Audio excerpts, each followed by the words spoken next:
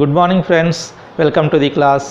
ఈరోజు మనము date and టైంకి సంబంధించి ఇన్ ఎక్కడ వాడాలి, ఆన్ ఎక్కడ వాడాలి, ఎట్ ఎక్కడ వాడాలి చూద్దాము. ఇవే మనకి ఇన్, ఆన్, ఎట్ అనేది ప్లేస్కి సంబంధించి కూడా వాడచ్చు.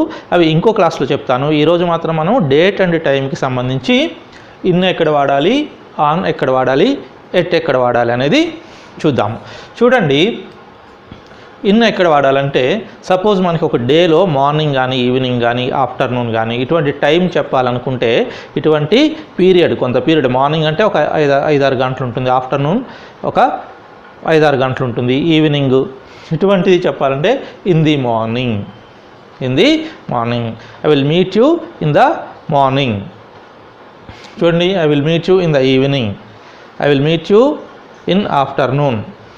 సో ఇటువంటి వాటికి ఇన్ వాడాలి మనం. In the morning, in the afternoon, in the evening.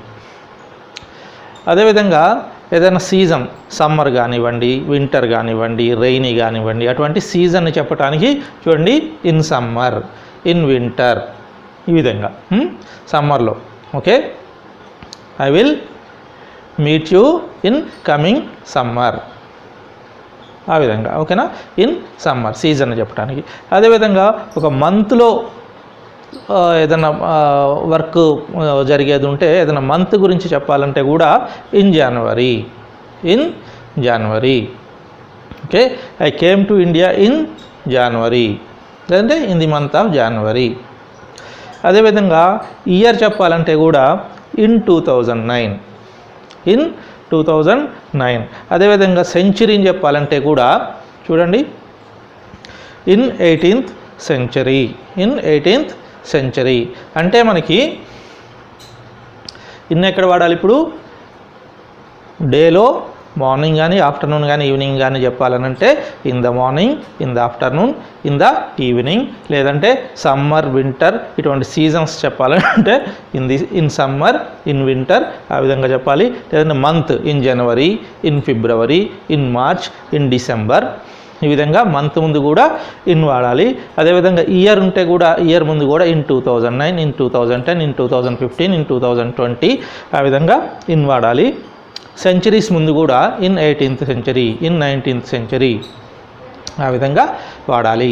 అదేవిధంగా ఆన్ ఎక్కడ వాడాలంటే మనకి వీక్లో ఏదైనా ఒక పర్టికులర్ డేట్ గురించి చెప్పాలంటే ఏదైనా పర్టికులర్ డే చూడండి, on Monday, on Tuesday, on Saturday, on Wednesday, okay.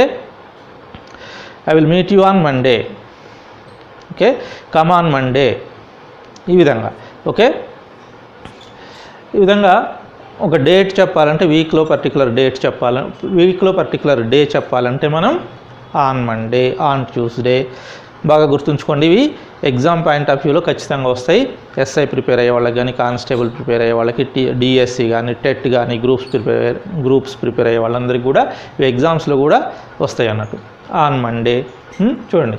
లేదంటే ఇంకోటి ఏదైనా యానివర్సరీ ఉందనుకోండి, మ్యారేజ్ యానివర్సరీ కావచ్చు, కాన్వకేషన్ కావచ్చు, ఇంకేదైనా ఒకేషన్ ఏదైనా ఉందనుకోండి, ఆన్ ది ఒకేషన్ ఆఫ్ అని చెప్పొచ్చు. On the occasion of anniversary, okay. చూడండి, I will come to you on the occasion of your anniversary. మీ యానివర్సరీ ఒకేషన్కి నేను వస్తాను, ఆ విధంగా ఓకేనా. తర్వాత లేదంటే ఆన్ యువర్ బర్త్డే, లేదంటే on my birthday, on his birthday, ఏదైనా బర్త్డే. ఇప్పుడు మండే లాగానే కదా బర్త్డే కూడా ఒక్క రోజుకు సంబంధించిందే కదా, యానివర్సరీ కూడా ఒక్క రోజుకు సంబంధించిందే కదా. అందుకని on Monday, on the occasion of anniversary, on your birthday. చూడండి, ఇక్కడ ఆన్ 25th జనవరి, ఒక మంత్ తీసుకుంటే మాత్రం ఇన్ జనవరి అంటాము. I came to India in January. Particular day చెప్పట్లేదు నేను, జనవరి నెలలో వచ్చానని అర్థం. అదేవిధంగా పర్టికులర్ డేట్ చెప్తే I came to India on 25th జనవరి. ఇక్కడ మళ్ళీ ఒకరోజు పర్టికులర్ డేట్ చెప్తున్నాం కాబట్టి ఆన్ వస్తుంది, ఆన్ 25th జనవరి.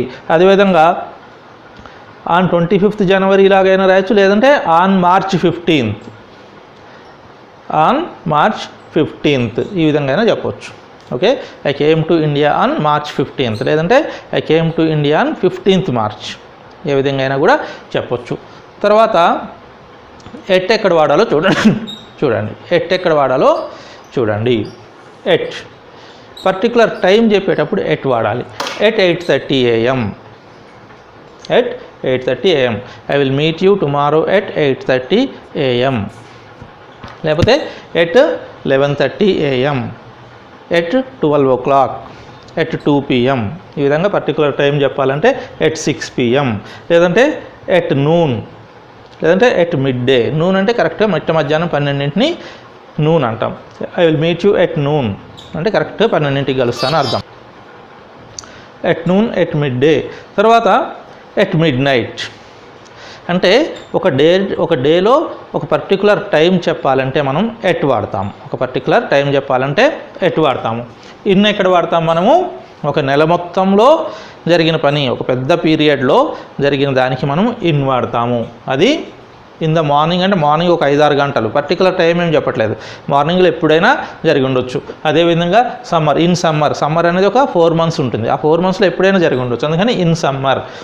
జనవరి కూడా 30 రోజులు 31 రోజులు ఉంటుంది కాబట్టి జనవరి కూడా మనకి పర్టికులర్ డేట్ చెప్పట్లేదు కాబట్టి ఇన్ అంటాం. 2009 కూడా 12 నెలలు ఉంటుంది, 365 days ఉంటుంది కాబట్టి పర్టికులర్ డేట్ చెప్పట్లేదు కాబట్టి in 2009. In 18th century, 100 years ఉంటుంది కాబట్టి 18th century.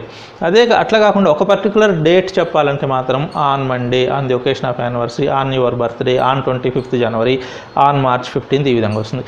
అట్లా కాకుండా పర్టికులర్ టైం చెప్పాలంటే మనకి at 8:30 AM, at 11:30 AM, at noon or at midday or at mid night.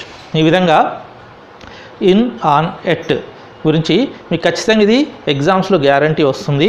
తర్వాత ఇవి ప్రాక్టీస్ చేస్తే మీకు స్పోకెన్ ఇంగ్లీష్ మీద కూడా మంచి గ్రిప్ వస్తుంది. ఇవే ప్రిపోజిషన్స్ ఇన్, ఆన్, ఎట్ మనకి ప్లేస్ గురించి ఎలా వాడాలనేది ఇంకో వీడియోలో చూద్దాము.